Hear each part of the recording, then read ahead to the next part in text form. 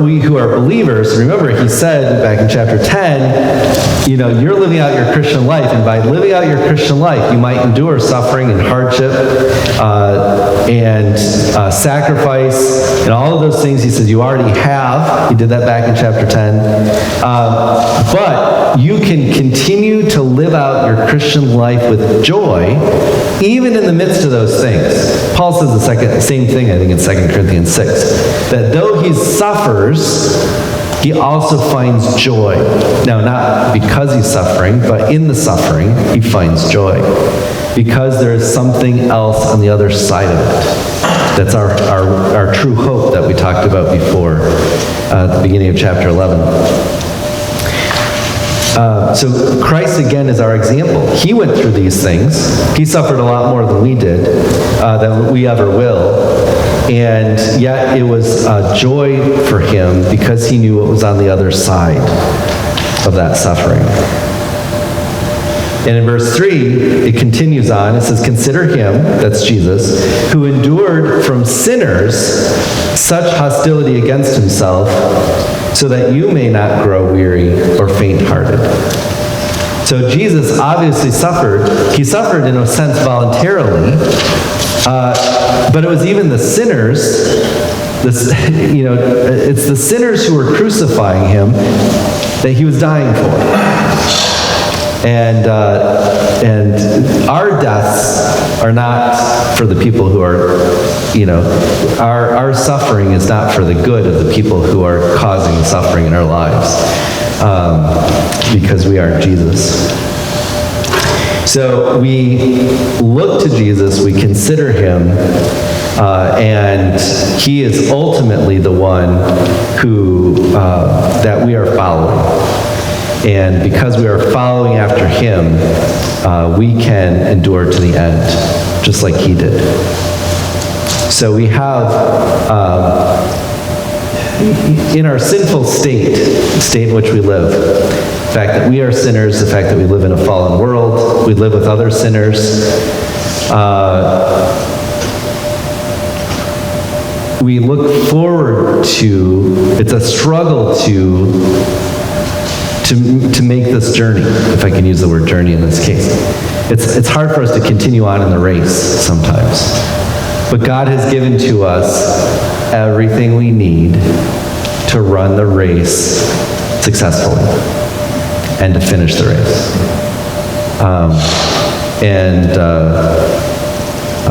I think maybe it was Randy this morning in your prayer in the service. We talked about Sharon or Ray, and was it the evangelist? Last name was Mark Joe.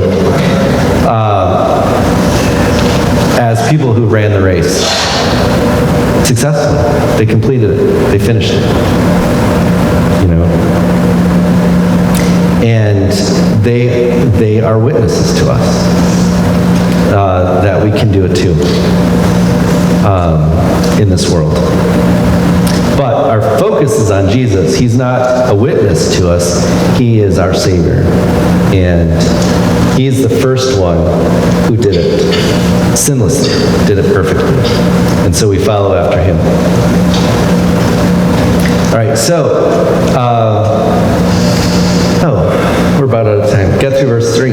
Well, we can go a little bit farther because this is there's not quite so many questions in this part. But in verse 4, he says, "In your struggle against sin, you have not yet resisted to the point of shedding your blood." And this is so the struggle against sin in the world or sin in themselves, either one, but it seems more likely it's those who are persecuting them. They haven't been persecuted to the point of blood, shedding of blood. They haven't been tortured yet. They haven't given up their lives yet, like Jesus had. Okay, so the shedding of the striving, resisting against blood here is probably referencing their that physical persecution that they're facing. They haven't had to face that yet. And in verse 5 he says, "And have you forgotten the exhortation that addresses you as sons? My son, do not regard lightly the discipline of the Lord, nor be weary when reproved by him, for the Lord disciplines the one he loves and chastises every son whom he receives." So as he goes into this last, sometimes called warning passage, he gets into this discussion about discipline, that we're supposed to set aside those weights. We're supposed to give up those sins, peel off those sins which are clinging to us. We're supposed to get rid of all of those things. We're supposed to endure through our trials that are here. And he pivots at us a little bit to talk about discipline. That if we're not doing those things, then what happens? Okay, so this is very similar to chapter 10. What happens if we're not laying aside those weights, if we're not peeling off those sins and leaving them behind? What happens if we are not enduring through our trials and our persecutions? What's happening? Well, the Lord disciplines those whom he loves. And he says it is for discipline that you have to endure. So our endurance, so this goes back to our endurance again, our endurance of faith will always find resistance somewhere. Either from inside of us because we're sinful, outside of us because other people are sinful. There's always going to be resistance when we try to live out our Christian life. And how are we going to do it? And so this endurance from chapter 10 to chapter 12 here, part of that endurance is discipline. God is disciplining us, and really in both senses of the word, I would think here. But God is treating you as sons, for what son is there whom the Father does not discipline? And there is comfort in the fact that we are sons. He's not judging us. He's not punishing us in the sense of that we're just sinners who are in need of punishment. But God is taking us as his children and saying, because I love you and you're my child, I want to make sure that you are staying on the path. So I'm going to discipline you to make sure. And it's kind of like, if we go back to the race example, if you start to stray off the race, off the path a little bit, it's kind of, that discipline is kind of like knocking you back onto the track, you know? So, you know, like a curb or a rumble strip on the side of the road. You start to drift off asleep, and all of a sudden you hit that rumble strip, and you wake up and you come back over. None of us have ever done that. It's, in theory, that's why they put them there. Or a curb, you know, the same idea is to keep you on the road. But sometimes you need that gentle tap, right? To get us back where we need to go. And so this is the kind of discipline here that he's talking about, but it's out of a proper motivation.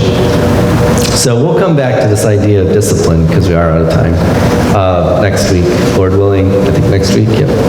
And we'll finish this section up then.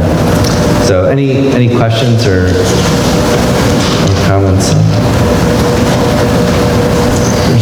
There's more to say about this idea of discipline. I guess I don't want to race through it too quickly.